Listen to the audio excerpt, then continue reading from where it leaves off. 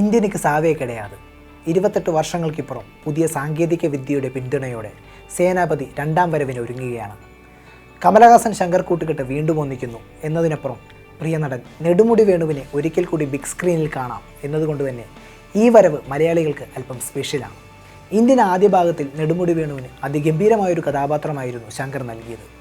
സിനിമയിലുടനീളം സേനാപതിയോട് മുട്ടി നിൽക്കാൻ വേണുച്ചേട്ടൻ്റെ കൃഷ്ണസ്വാമി IPSന് കഴിഞ്ഞിരുന്നു. ശങ്കറിൻ്റെ മലയാളി പ്രേമം അത് ഇന്ത്യനിൽ മാത്രം ഒതുങ്ങുന്നതല്ല.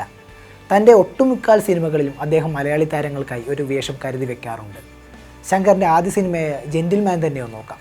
വിദ്യാഭ്യാസം കച്ചവടമാക്കുന്നതിനെതിരെ സംസാരിച്ച സിനിമയിൽ മലയാളി നടന്മാരായ വിനീതും രാജൻ പി ദേവും ഭാഗമായിരുന്നു.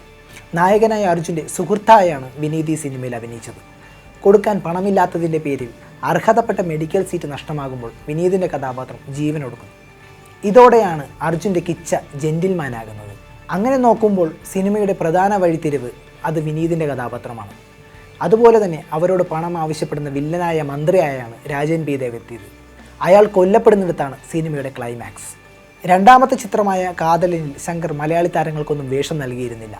എന്നാൽ ആ ചിത്രത്തിലുമുണ്ടായിരുന്നു ഒരു മലയാളി സാന്നിധ്യം. ചിത്രത്തിലെ സൂപ്പർ ഹിറ്റായ ടേക്ക് ഇറ്റ് ഈസി ഉർവശി എന്ന ഗാനത്തിൽ പറയുന്ന ഉർവശി അത് മറ്റാരുമല്ല, നമ്മുടെ സ്വന്തം ഉർവശി ചേച്ചിയാണ്. അതിനു പിന്നിലും ഒരു കഥയുണ്ട്. മകളിർ മട്ടും എന്ന സിനിമയുടെ ചിത്രീകരണ സമയം ആ സിനിമയിൽ കറവൈ മാട് മൂണ്ടർ എന്നൊരു ഗാനമുണ്ട്. ആ വരികൾ കേട്ട ഉർവശി സ്ത്രീകളെ കറവമാടെന്ന് വിളിക്കുന്ന വരികൾ പാടാൻ സാധിക്കില്ലെന്ന് പറഞ്ഞു. സംവിധായകൻ പലതും പറഞ്ഞ് കൺവിൻസ് ചെയ്യാൻ നോക്കിയെങ്കിലും ഉർവശി അതിന് സമ്മതിച്ചില്ല.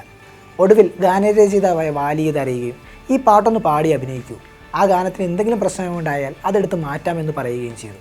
ഈ സംഭവത്തിന് ശേഷമാണ് ടേക്ക് ഇറ്റ് ഈസി ഉർവശി എന്ന ഗാനം വരുന്നത്. ആ വരികൾ തന്നെക്കുറിച്ചാണെന്ന് ഉർവശി ഒരു അഭിമുഖത്തിൽ പറഞ്ഞിട്ടുണ്ട്.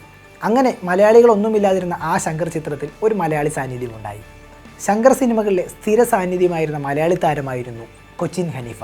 മുതൽവൻ, അന്യൻ, ശിവാജി, എന്തിരൻ എന്നീ സിനിമകളിലെല്ലാം അദ്ദേഹം ശ്രദ്ധേയമായ കഥാപാത്രങ്ങളെ അവതരിപ്പിച്ചു.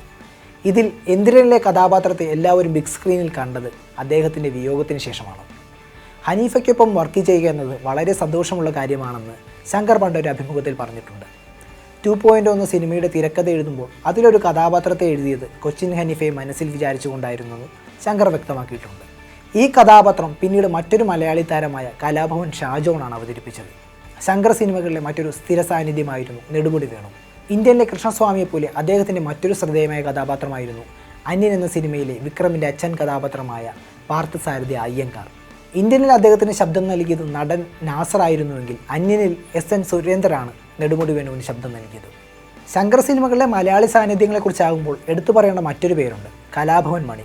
അന്യൻ, എന്തിരൻ എന്നീ സിനിമകളിൽ മണിയുടെ കഥാപാത്രങ്ങൾ ചെറുതായിരുന്നുവെങ്കിലും മലയാളികൾക്ക് അതേറെ പ്രിയപ്പെട്ടതാണ്. കരിയറിൻ്റെ ആദ്യഘട്ടത്തിൽ മണിയുടെ നായികയായി അഭിനയിക്കാൻ കഴിയില്ലെന്ന് പറഞ്ഞ് ചില നടിമാർ ഒഴിവായ സംഭവം ഉണ്ടായിട്ടുണ്ട്. എന്നാൽ ആ മണി എന്തിരനിൽ വിശ്വസുന്ദരിയർ ഐശ്വര്യ റായ്ക്കൊപ്പം സ്ക്രീൻ പങ്കുവച്ചത് മലയാളികൾക്ക് ഏറെ അഭിമാനവും സന്തോഷവും നൽകിയ സംഭവമാണ്.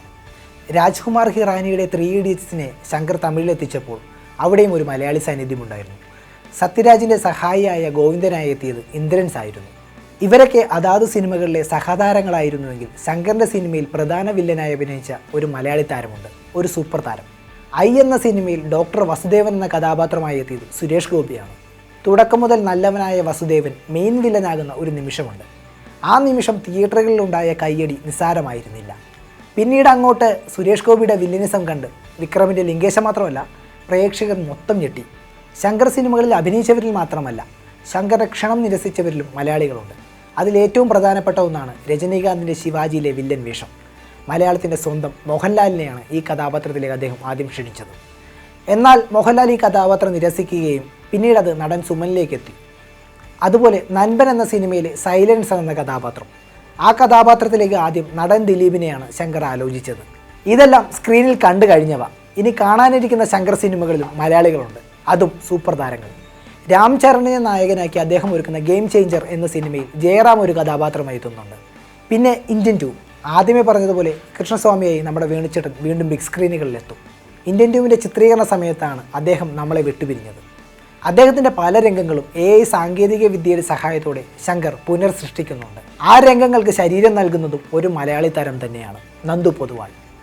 ഇന്ത്യൻ 2വിൽ നെടുമുടിക്കൊപ്പമുള്ള സീനിൽ നിങ്ങൾ കാണുന്ന കണ്ണുനീർ അത് എൻ്റെയും സേനാപതിയുടെയുമാണ് എന്നാണ് കമലഹാസൻ ആ രംഗങ്ങളെക്കുറിച്ച് പറഞ്ഞത്.